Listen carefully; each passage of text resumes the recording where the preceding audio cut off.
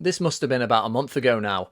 On TalkSport Boxing, we had Carl the Cobra Froch, I think, talking to Spencer Oliver about who is your favourite British fighter of all time.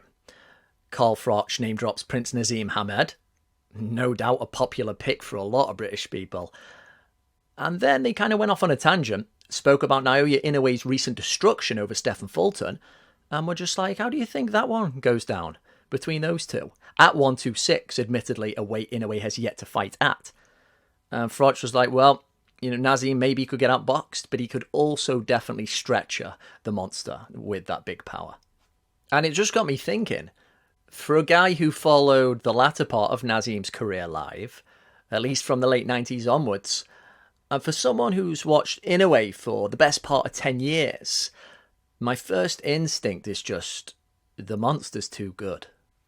Because Naseem had such a devout fan base, he was the kind of fighter, similar to Mike Tyson, that put a real strong emotion in the supporters.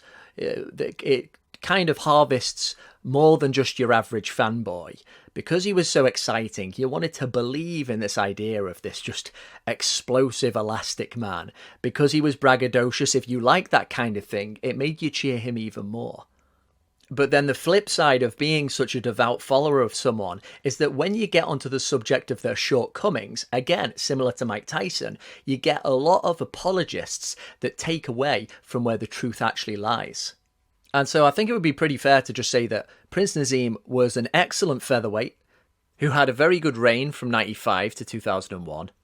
Awkward, explosive, yes, a British legend. But when he fought his very best opponent, he got beat, whatever you think the reasons are, and he never came back when still in his 20s. Period. And I've always very much been of the opinion that really just Barrera exposed holes that were always in the Prince Naseem game.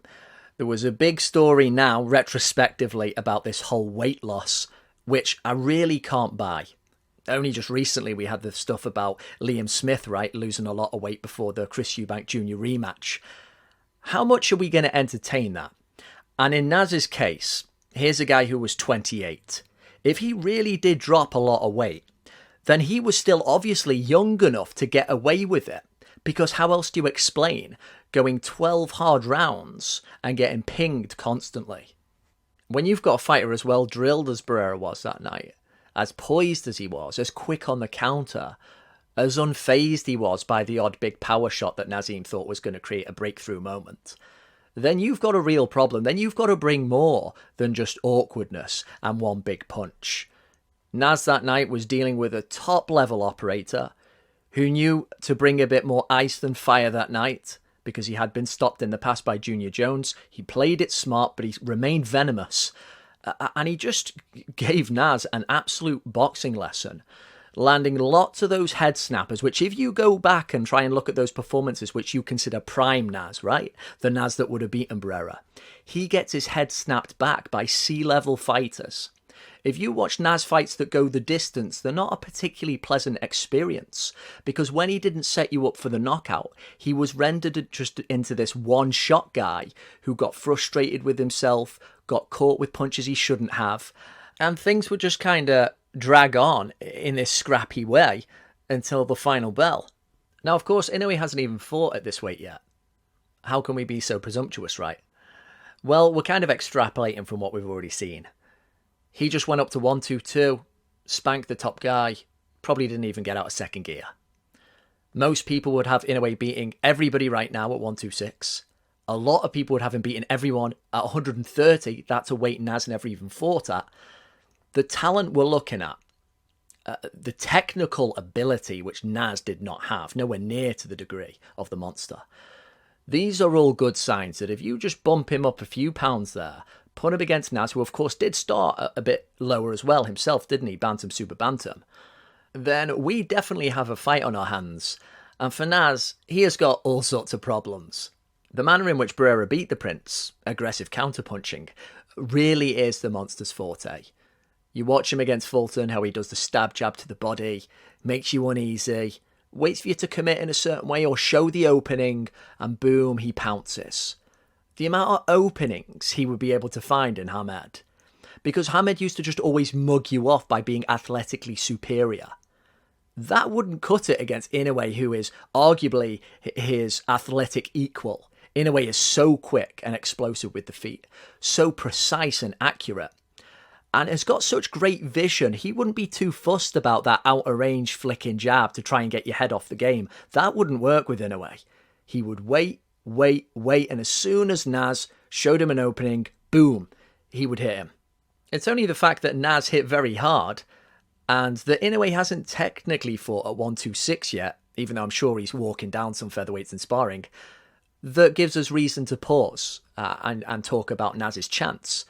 Because otherwise, I think this is a bad styles matchup for him. I think this is a guy who is going to find the holes and punish him. And even going back to what Frotch said about, I think Naz could stretcher him, with like a Tom Johnson type uppercut. I'm not even so sure that would happen. Because we've seen Inoue take a monster shot against Nonito Donaire. And you may say, yeah, well, that's at bantamweight.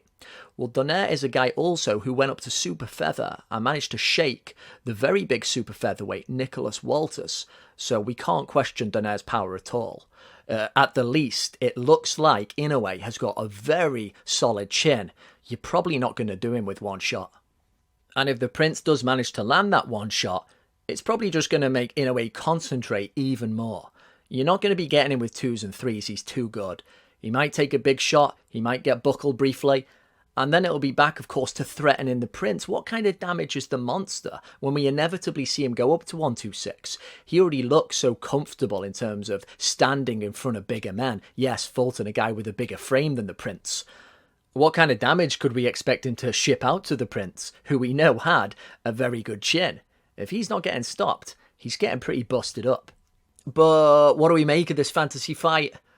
I've got to say, really, as things stand, looking at Inoue, I think he may go down as the best fighter of the 2020s, right? We're in 2023. He's probably going to make a few good more power moves. He's already had a tremendous career. He's in a great position to claim fighter of the decade right now.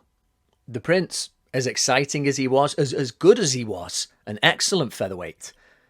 Is he going to be able to stop what's coming his way? Is his athleticism just going to be neutralised? And then you're left with just a technically deficient bomber. How do you see this one going, and why?